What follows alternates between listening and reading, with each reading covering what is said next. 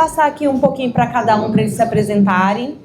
E a gente vai bater um super papo aqui, né, sobre o mercado digital para o setor beleza e cosméticos, dando continuidade a tudo que já foi dito anteriormente, mas agora olhando para as operações. Então aqui a gente tem grandes logos, grandes profissionais que fazem acontecer no mercado há muito tempo e que vai trazer uma escola da vida, né, digital nesse setor para vocês. Então, depois, se vocês quiserem interagir, levantar a mão, fazer perguntas, fiquem à vontade, que aqui é um bate-papo mesmo para a gente conseguir aprender bastante com eles. Então, vou passar aqui o microfone para cada um se apresentar e depois eu vou jogando umas perguntas aqui para eles trazerem alguns temas e a gente discutir, tá bom? Olá, pessoal, bom dia. Prazer estar aqui com vocês. Eu me chamo Manuela, eu sou diretora de operações do Asas.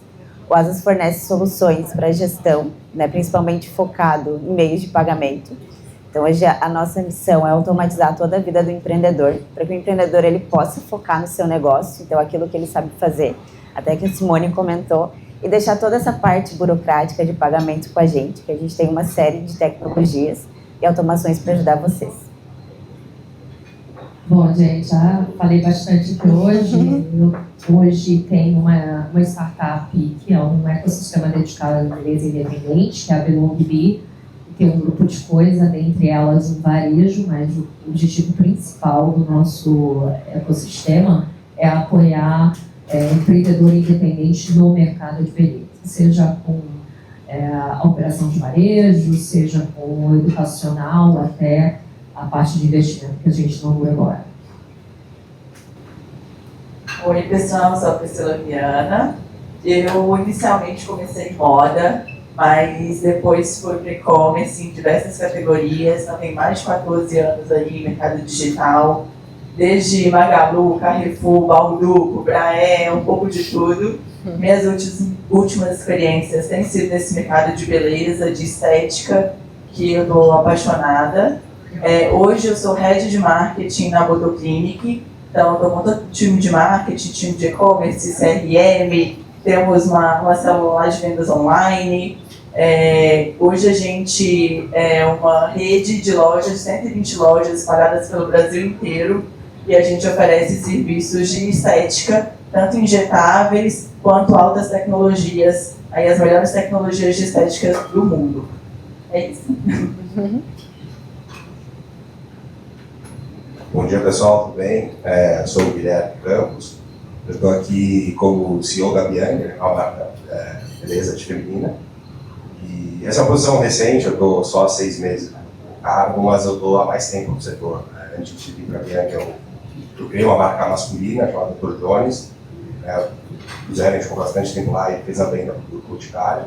Então passei um tempo dentro do Grupo Boticário na integração e agora é mais recente, estou na Bianca. Então, circulei aí tanto no mercado masculino quanto no feminino. Muito bom, sejam bem-vindos. Obrigada por estarem aqui, eu acho que vai ser um papo muito bom. A gente quer falar bastante sobre essa visão operacional de vocês, como heads, como empreendedores, né, e trazendo um pouco a visão de pagamentos, que é uma ponta muito importante nesse nicho.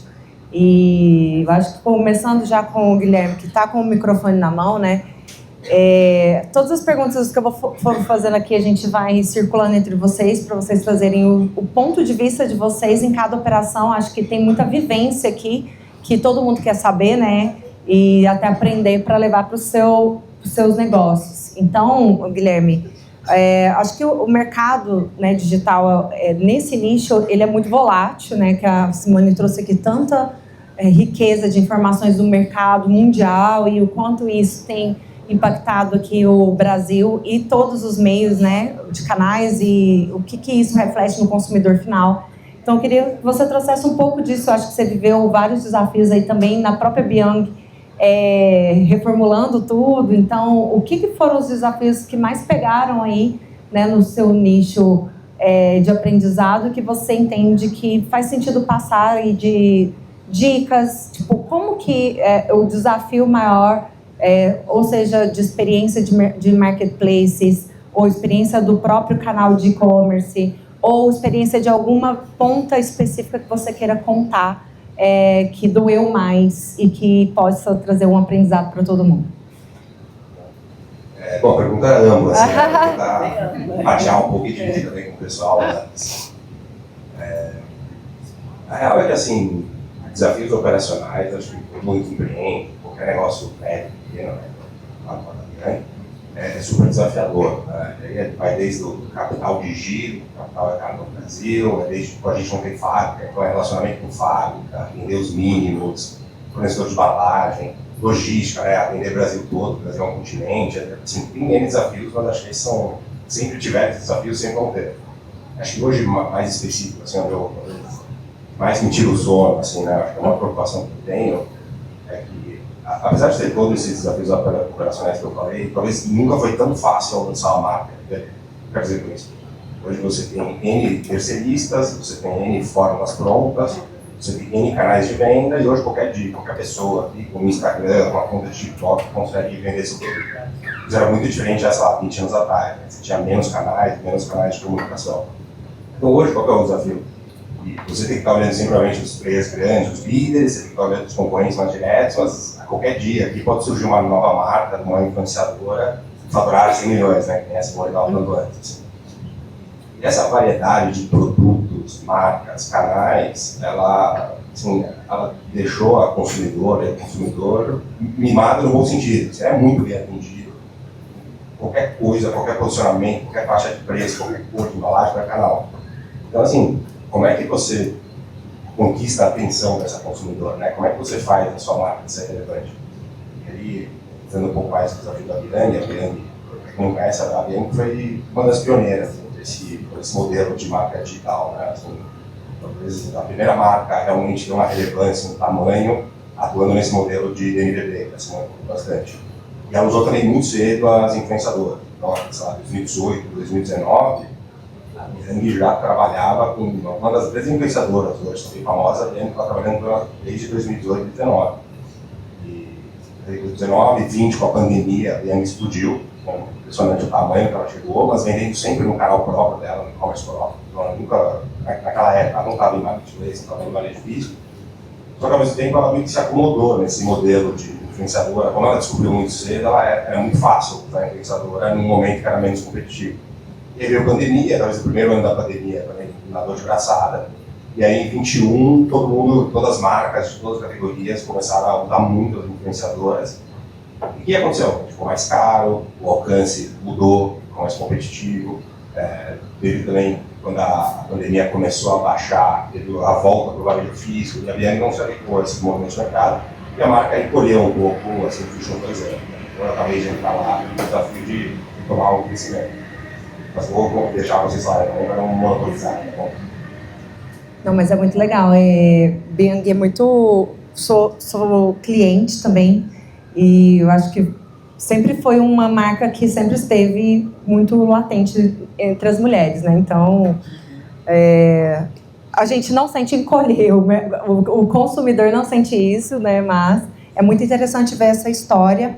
E aí eu vou passar um pouco aqui também, eu acho que, pensando em indústria, né? Existe uma mágica muito forte por trás dos bastidores aqui, né? Então, vou passar um pouco aqui para a Pri, trazer essa visão do que já viveu, né? Eu acho que também na antiga casa, e esse aprendizado de como que essas dores, né? Que não são só na ponta de vender, ela às vezes até atrás dos bastidores, o que você mais viu, assim, de desafios que são... E aprendizados que falou, isso mudou a história dessa operação, né? Que você pegou 2 operações muito grandes e muito famosas. Então, acho que isso agora... Acho que não tem ninguém aqui que não usou a sua antiga casa, a Braé, né? Então, acho que é a queridinha feminina. Então, acho que, assim, o que você traz desse aprendizado dessa indústria, que é varejo, que é tudo, né? Então, pega todas as pontas. Nossa, acho que quando eu vejo o meu background, foram muitos desafios, Mi. Eu acho muito importante todo mundo da operação ter uma visão muito clara de PNL e de gestão, de saudabilidade do negócio. Eu acho que isso que traz o drive para a gente tomar a decisão, sabe? Então, em todos os grandes projetos que eu toquei, a gente olhou muito para isso. Então, desde Magazine Luiza, quando a gente queria ampliar o nosso portfólio de decoração e de utilidades domésticas, portáteis e tal, a gente falou como que a gente faz isso de uma forma que não anegue muito a nossa operação. E aí a gente foi e criou o cross-docking com os fornecedores lá atrás. Então foi um baita projeto de logística. Então eu, como gestora de e-commerce, estava lá fazendo um projeto de logística, contratando consultoria e tal, com a galera de CD para a gente fazer isso. No Carrefour, eu tive o desafio de colocar moda dentro do site. Então eu coloquei cueca num Black Friday num CD que só vendia geladeira e pneu. Imagina isso. Então assim, eles falaram, você é louca, tipo, foi em setembro. E eu falei pra diretoria, a gente vai colocar e a gente vai vender tantas mil cuecas na Black Friday. E aí o pessoal falou, você é louca, tipo, a gente não sabe trabalhar com isso, a gente vai ter um monte de perda. E aí, pra vocês terem ideia, a gente começou com um projeto, a gente falou, vamos pilotar esse projeto. A gente colocou dentro do cofre onde ficava relógio. As cuecas estavam lá para não roubar e a gente conseguiu fazer o teste, né? E depois salvar para os outros CDs.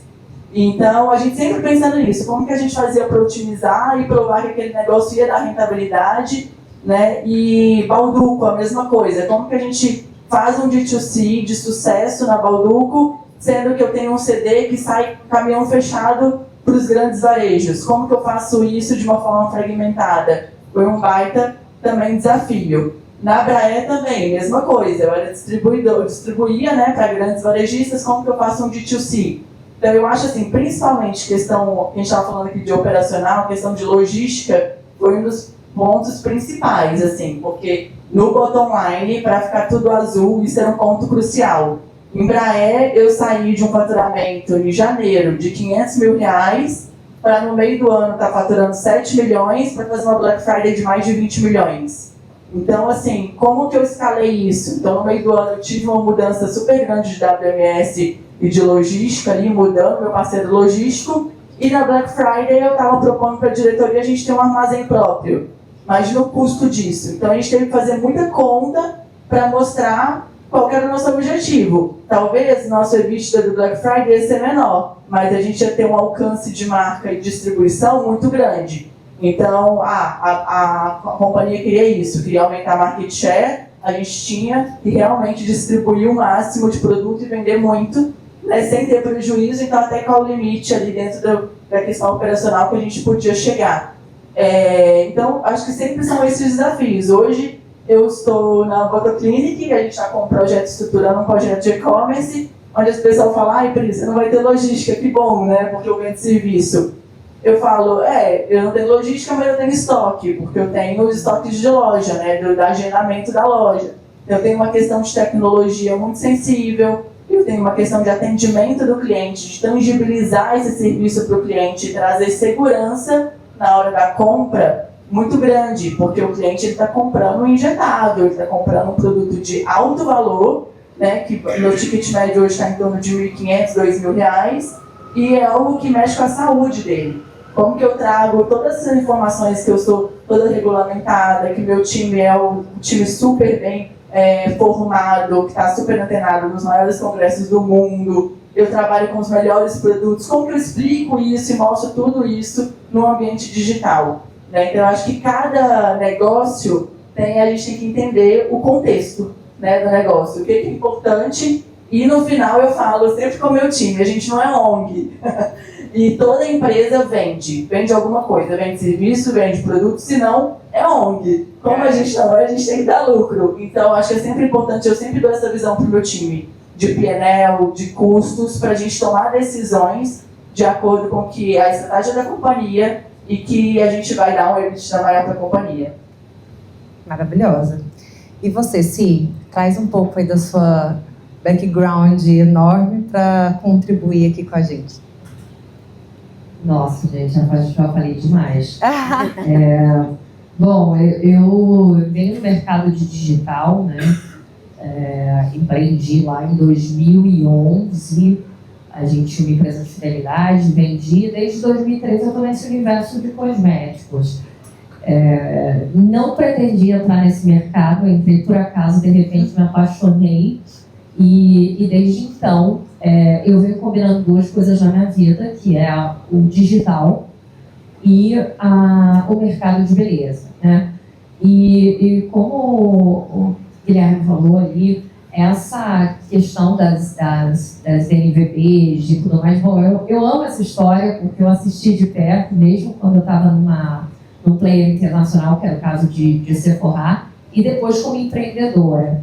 Então, eu hoje empreendo, né? Como eu falei, tenho a Belong, que é esse ecossistema, mas mais que isso, eu me sinto aqui uma conhecedora, desbravadora. Amei a história das cuecas. Por quê? Porque a gente está aí para quebrar paradigmas, mas eu me defino também como uma pessoa que está na operação digital de um mercado pulsante e tentando entender esses movimentos rápidos e se adequar a eles.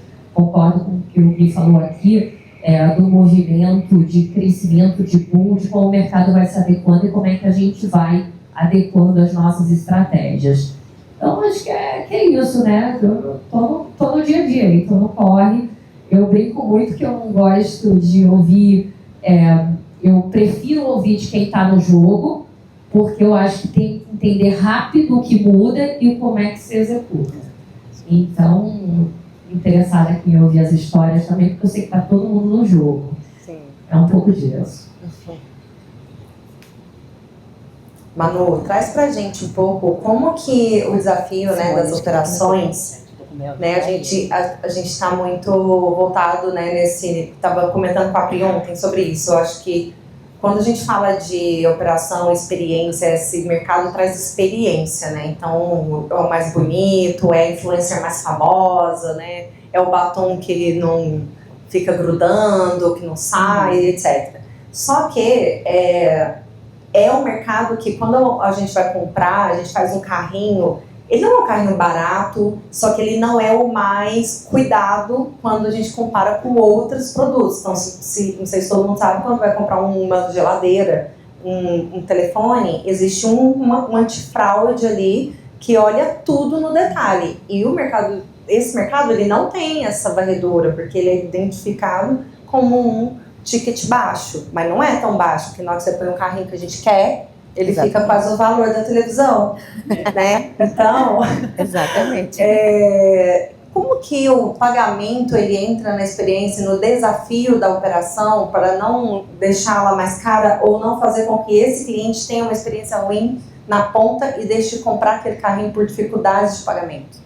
Legal, gente. No Asas a gente tem bastante experiência com isso, né? Então, a gente nasceu aí com o foco de ajudar o empreendedor a reduzir inadimplência. Então, a gente testou muito mesmo na nossa fatura. A gente trabalha muito com testes dentro do Asas. O que reduz a inadimplência, o que faz aquela pessoa pagar. E hoje, até aproveitando o que o Guilherme falou, acho que o consumidor está muito mimado mesmo, né? Tem muita opção, até no meio de pagamentos, fintechs e bancos.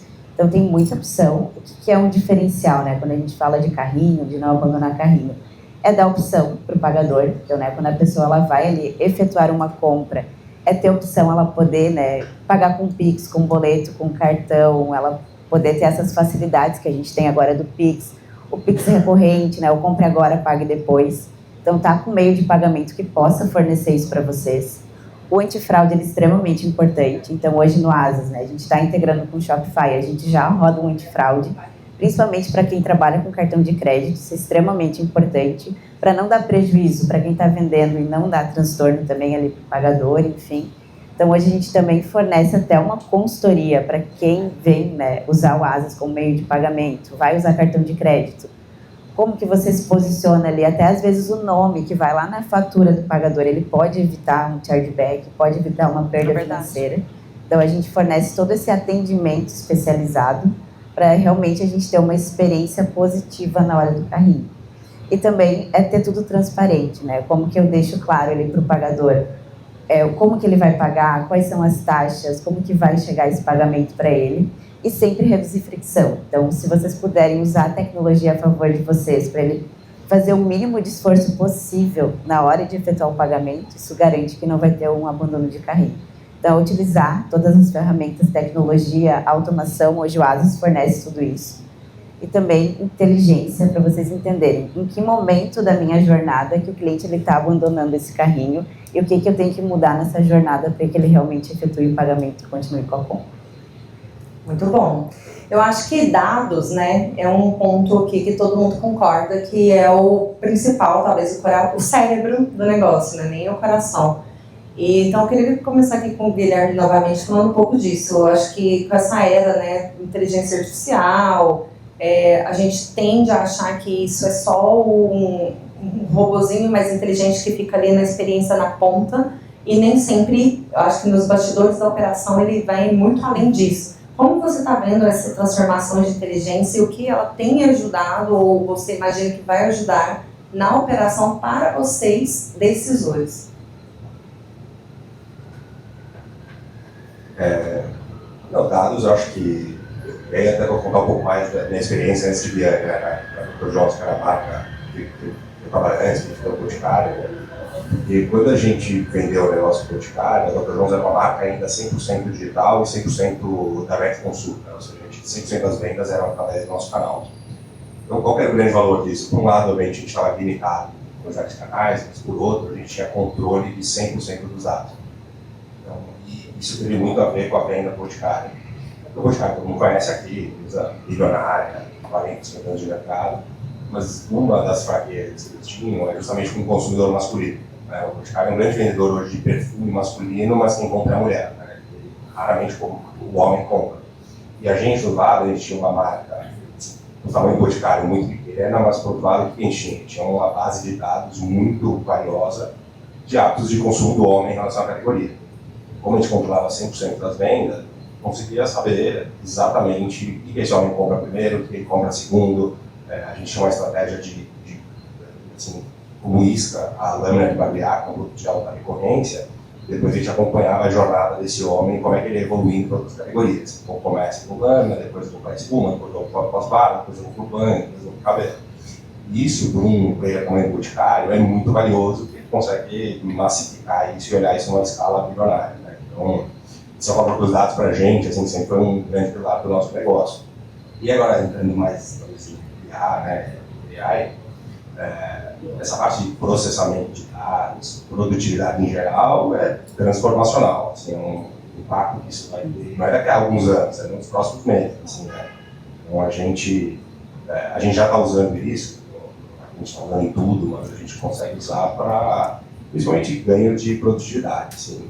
Um exemplo pontual aqui, nem é tão de dados, mas é de conteúdo mesmo. Né? Ele passa para elas. Marca que anuncia online, sei lá, 3, 4 anos atrás, uma das dores era a variedade de peças, como é que você testa uma campanha nas mídias pagas digitais. Eles têm uma variedade muito grande de peças, tem que testar a cor, tem que testar a posição de preço, o tamanho de preço. E hoje com a AI, você chega, eu queria, por favor, 50 peças para essa imagem, faz a variação e ainda fica testando de qual performa mais e performar, você cria mais variações e continua testando. Assim. O ganho de produtividade é absurdo.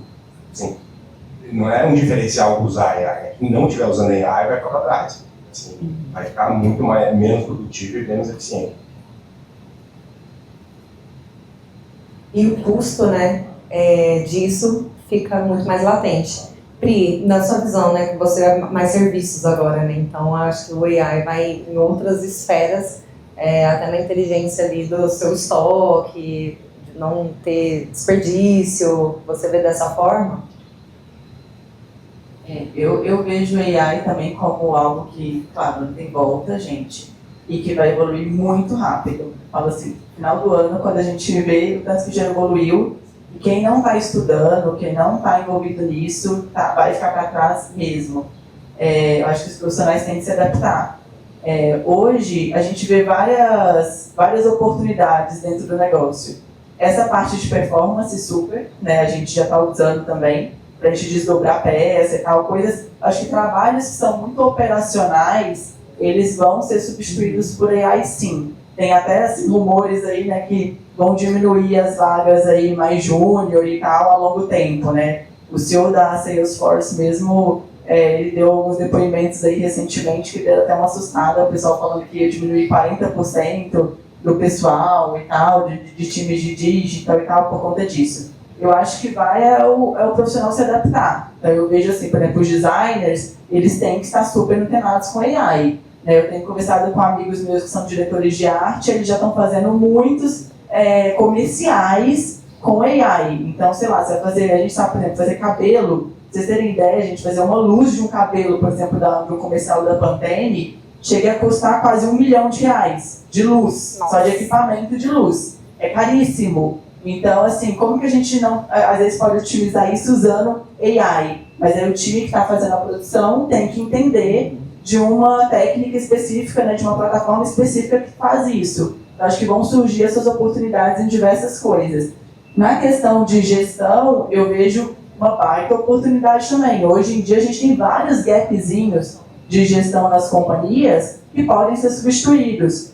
Outro dia eu estava conversando com um amigo e ele estava falando assim, Pri, eu tenho um monte de e-mail na companhia que fica lá, a gente fica pagando conta de e-mail de pessoas que saíram. Por quê? Porque o RH não manda informação para o time de TI, para o time de TI ir lá e desabilitar. Então agora eles já colocaram um AI que já faz isso automático. A pessoa saiu do sistema da empresa, automático já envia uma ação para desabilitar o e-mail daquela pessoa. Né? Então eu acho que agora a gente trabalhar a AI muito mais ativa com os agentes, inclusive, né? Do que ela passiva. Porque a gente conheceu a AI lá no começo muito em atendimento e tal, né? Então você coloca um monte de informação lá dentro dela e ela responde. Você melhora tom de voz e tal. Isso eu acho que assim, é os primórdios da AI, né? Hoje a gente já está com a AI mais ativa. Então, por exemplo, no nosso negócio, a gente está trabalhando uma inteligência artificial para resposta de atendimento. A gente começou primeiro com o quê? Eu falo que lá na Bodoclinic mesmo, a gente tem o saque e tem o sal. A gente tem que atender as lojas, então tem que ter o serviço de atendimento às lojas.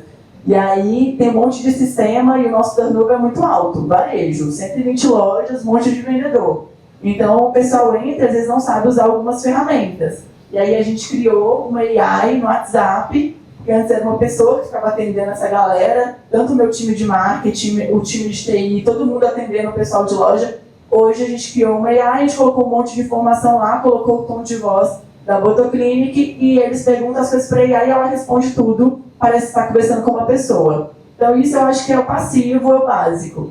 Agora, para o nosso atendimento, a gente quer que a AI responda, que ela, por exemplo, se às vezes o cliente quer agendar numa franquia, ou que é um preço especial de uma franquia que a gente não tem acesso, então ele já pega aquele número, já manda para a franquia e já avisa, esse cliente está querendo tal informação, entre em contato com ele, ou então, por exemplo, o cliente ele já quer fazer agendamento, então ele já vai no meu frente de loja, já faz o agendamento de avaliação para aquele cliente, já dá a solução de qual é a doutora mais indicada, especialista naquele procedimento, explica para o cliente como que é, às vezes aciona já uma videochamada para fazer uma avaliação online.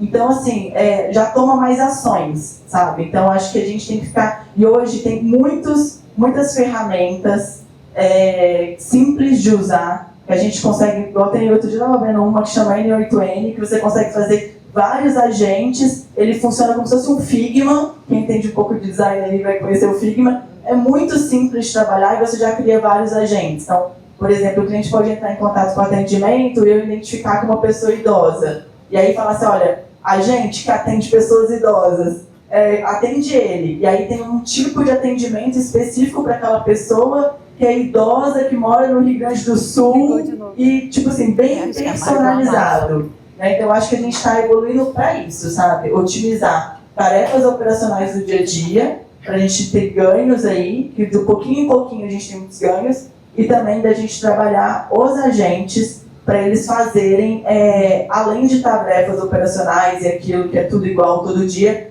mas ele ter uma abrangência ali de soluções para ele já tomar decisões por nós, assim. Eu acho que é isso que a gente está evoluindo rápido.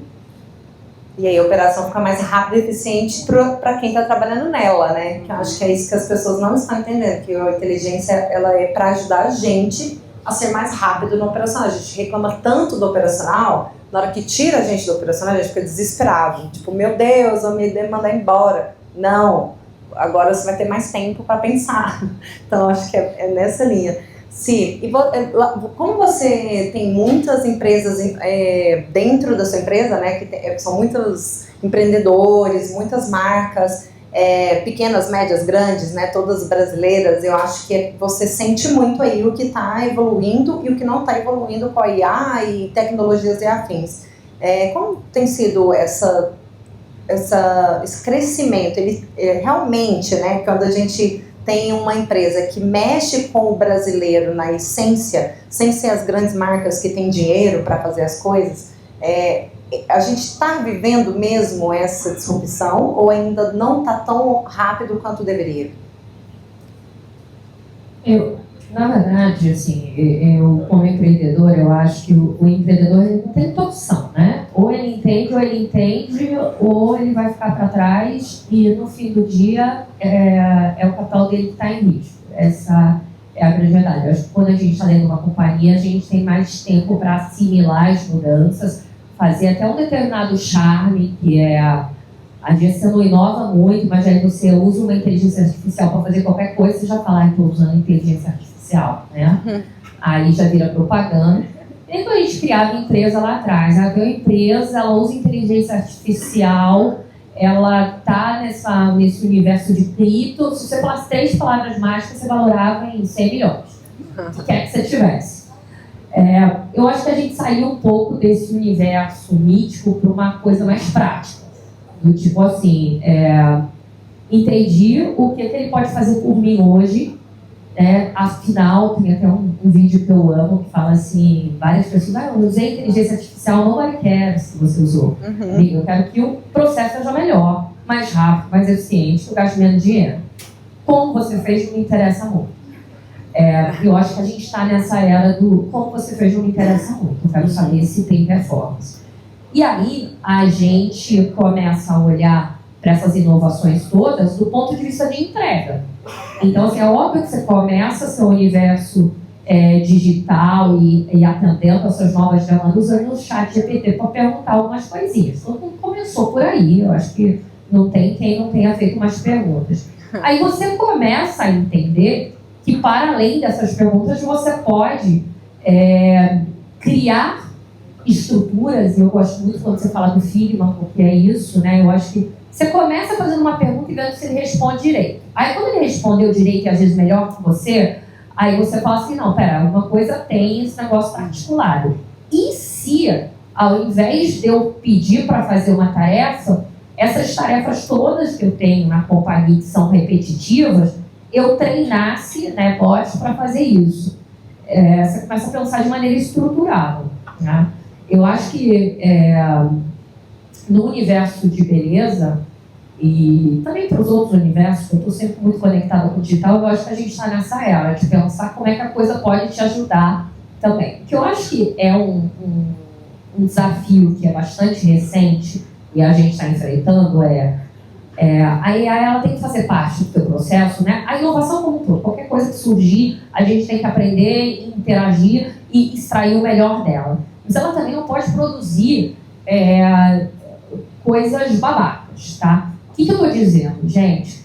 Ao mesmo tempo que a gente tem um avanço dessa tecnologia e formas inteligentes de usar ela, como você falou aí da arquitetura, do Figma, dos agentes e tudo mais, tem muita gente achando que ela vai fazer o trabalho dela. E não vai, galera. Não vai, tá? Mas, assim, não substitui o humano. Então, a existência da tecnologia, ela só reforça o nosso papel e qualifica o nosso papel. Simone, você está falando isso por quê? Porque, gente, eu nunca vi tanto texto de especialista no LinkedIn criado 100% por inteligência artificial. E assim, desculpa, o cara é um líder, eu conheço, eu trabalhei, eu sei que ele é foda naquele assunto, mas, pô, quando eu leio o texto dele, eu identifiquei um padrão. Não sei se vocês sabem, o texto escrito por inteligência artificial, ele repete nos 3 primeiros parágrafos o tema, ele dá uma enrolada no negócio. Então, assim, o meu ponto não é a pessoa não usar, é ela achar que o trabalho dela vai ser feito por uma máquina. Quando, na verdade, o que ela deveria fazer é, quando você começa a escrever um texto, você tem uma fase de pesquisa. Pô, os bots podem pesquisar para você. Gente, levanta para mim quais são os dados relevantes do mercado de beleza de tanto a tanto. Procura para mim qual foi a empresa que se destacou. Levanta para mim um dado da Euromonitor sobre o mercado do Nordeste. Me traz tudo isso. Legal. Agora, construa um raciocínio dizendo que O mercado vem mudando. Tá? Se você der o prompt correto, você usa a inteligência para gerar uma coisa inteligentemente humana. Agora, se você pega textinho, que é o que eu estou vendo, e aí me dá desespero, porque eu conheço o profissional, eu sei que ele tem capacidade de falar daquilo muito melhor do que copiar um texto do ChatGPT. Ontem eu estava falando com uma amiga, eu falei, eu tenho essa apresentação de hoje, ela, você não conhece o Gama AI? Eu não sei se vocês conhecem, faz PowerPoint, tá? Aí eu falei assim, eu acho que eu já ouvi falar. Ela falou, gata, não faço mais apresentação. Eu boto no Gama e o Gama gera pra mim. Aí eu tive quase uma DR, falei assim, olha só, gata, ele fazer o negócio começar por você, tá tudo bem. Agora, tu ir para uma apresentação, o que eu tô falando aqui, eu botar tudo que eu gerei no Gama AI, e eu não fiz o meu input humano, e aí eu não entendia, entendeu?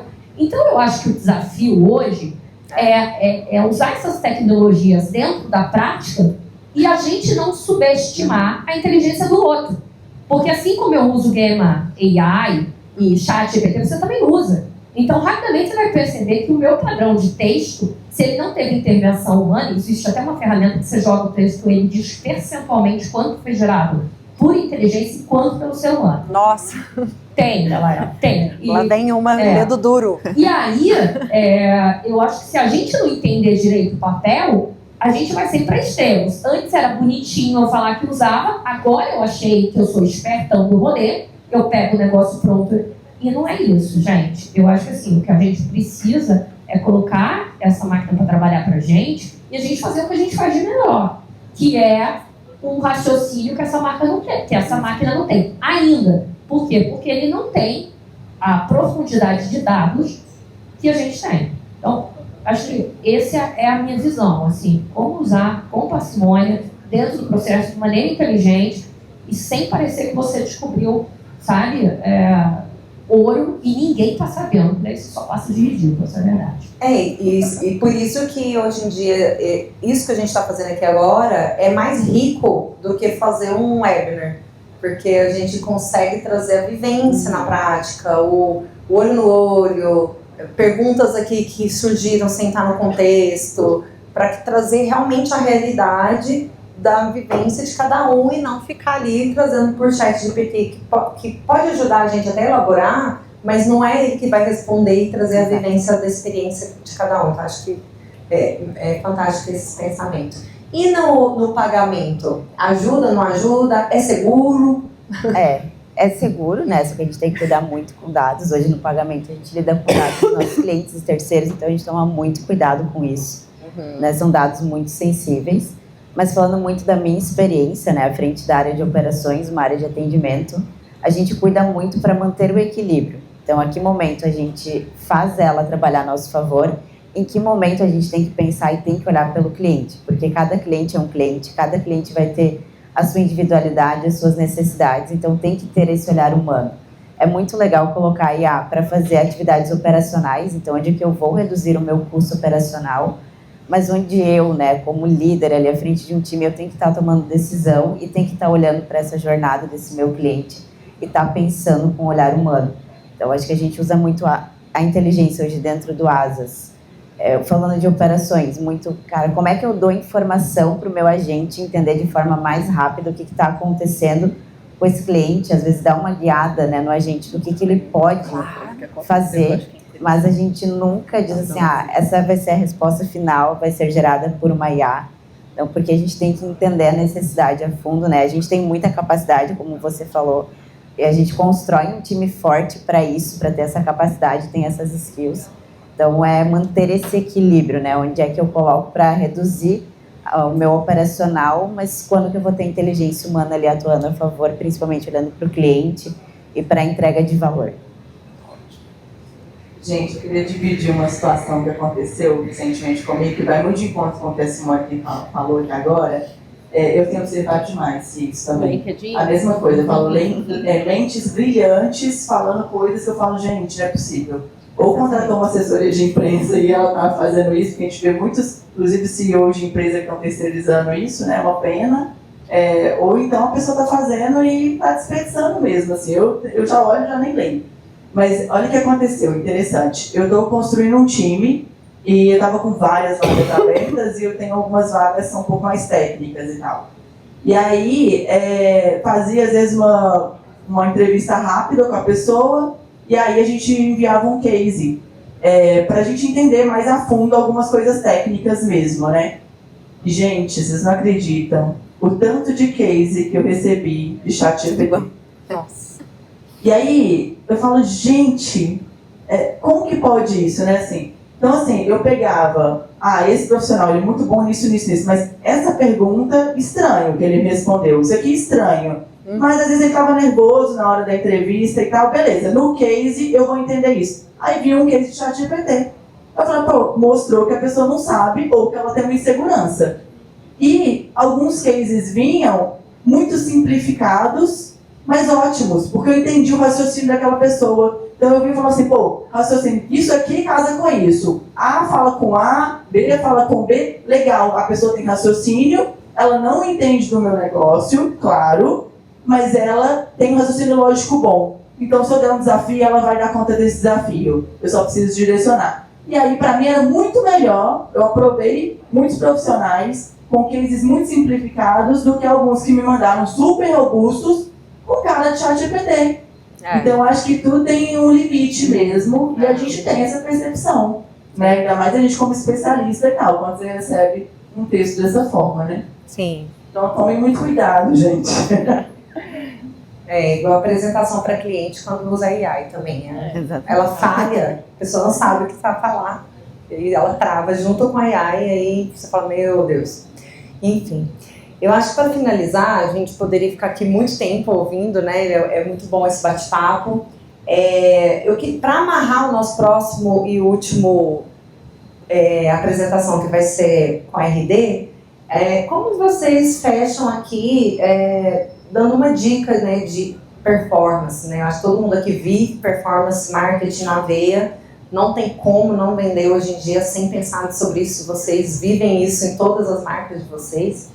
E eu queria que cada um de vocês desse uma dica de como uma boa prática assim, que vocês vivenciaram que façam sentido de SEO ou do próprio marketing patrocinado, que eu acho que é o que mais a gente tem visto, ou influencers, né, que tem virado um braço aí de marketing muito forte. Então, uma dica. Sucesso. Difícil, hein? Tem várias, né? Vai dar mais várias, você. Infelizmente não tem bala de prata, aula nem mesmo. receita de bolo. Faz isso, vai dar tudo certo. Mas eu acho que é mais como dica, assim, né? Eu acho que, talvez comentando por influência, assim, né? Acho que tem uma métrica de vaidade que perdeu muita relevância, que é a questão do seguidor, assim, né? E alcance. Acho que há, sei lá, 5, 6 anos atrás era seguidor, pô, esse influencer essa influenciadora é grande, tem milhões de seguidoras, mas isso foi para água abaixo, assim, né? Assim, o número de seguidores é quase irrelevante, assim, acho que a Simone está falando bastante de TikTok, né? Você pode ter 20 milhões de seguidoras, mas seu conteúdo não chega em ninguém porque ele deixou de ser relevante. Então as coisas mudam muito rápido. Então, e aí toca um pouco muito de influência, né? Às vezes a gente, essa pessoa tem 20 milhões de seguidoras, ela vai influenciar milhões de pessoas. Às vezes essa pessoa tem alcance, ou seja, realmente acessa pessoas, mas ela não influencia naquela categoria, né? Então, acho que beleza, acontece muito isso, né? Vou usar qualquer influenciadora grande, por número de audiência, eu vou influenciar a categoria de beleza. Mas se você for olhar com muito cuidado, aquela pessoa não tem influência nenhuma na categoria de beleza, né? Ou seja, o poder dela de persuasão, de fazer alguém consumir a beleza, não tem nada a ver. Ela pessoalmente não tem conexão com a categoria de beleza, nunca falou sobre isso. Eu acho que os exemplos que a Simone trouxe da Bianca Rosa, tem vários casos, né? Mina Secrets, que é lá do Boticário. Essas pessoas estão há anos falando de beleza, elas vivem isso, elas começaram desde o zero, assim, sem ter seguidor, fazendo tutorial, do it yourself em casa. Então acho que assim, tem que ter muito cuidado quando usar influência, né? Acho que há 4, 5 anos atrás era muito comum, eu vi isso até de fundos, investidores, assim, você está usando influência como se fosse um grande diferencial, assim, só de investir em influenciadores era um sinal que o negócio ia dar certo. E a real é que quem foi por esse caminho só perdeu dinheiro, assim, não chegou a nenhum. Caríssimo.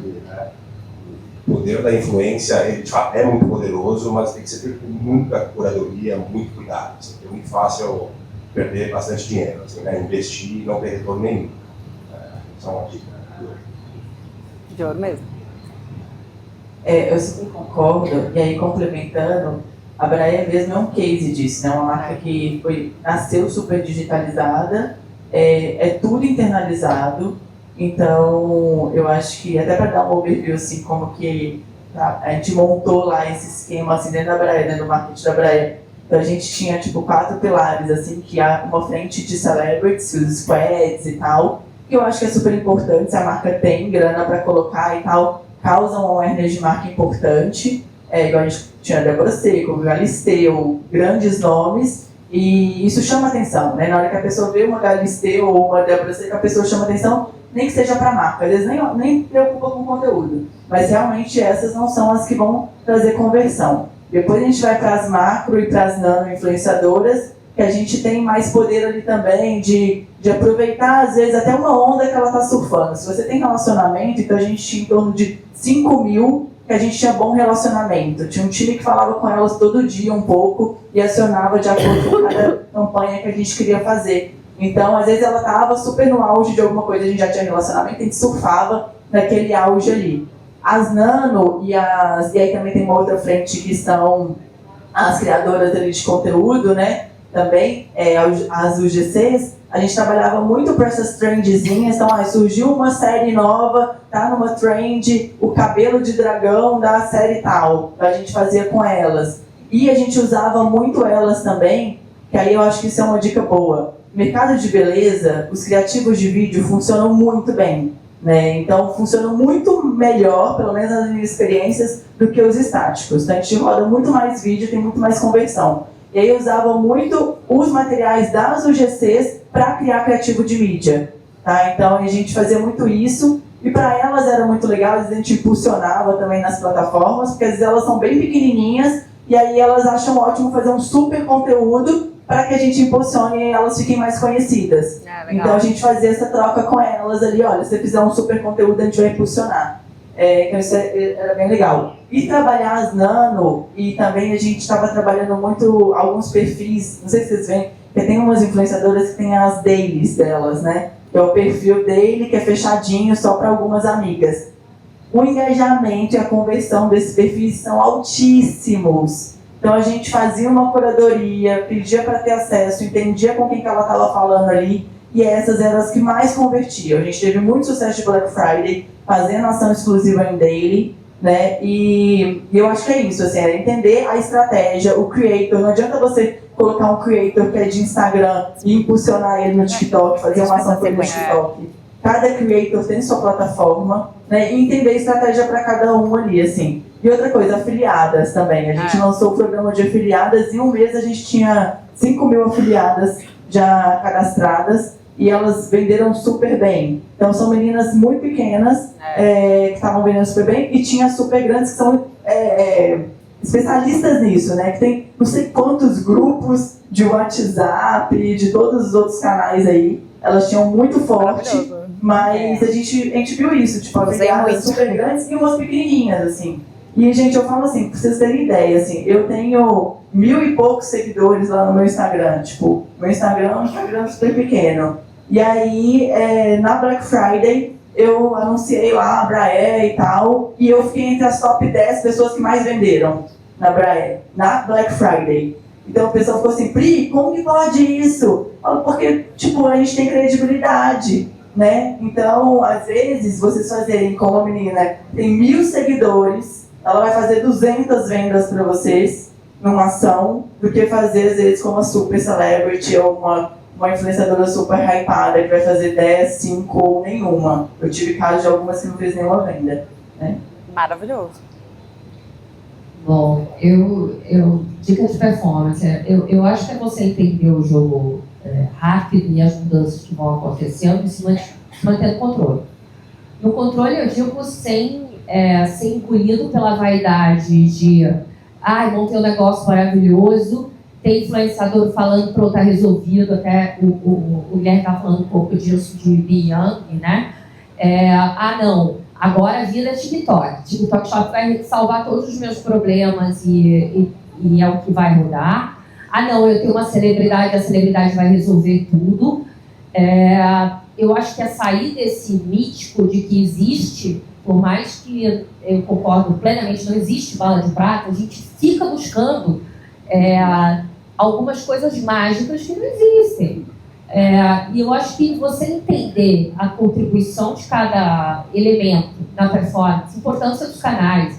Agora só se fala de influenciador, esqueceu do promotor em loja. Gente, promotor em loja também é influenciador.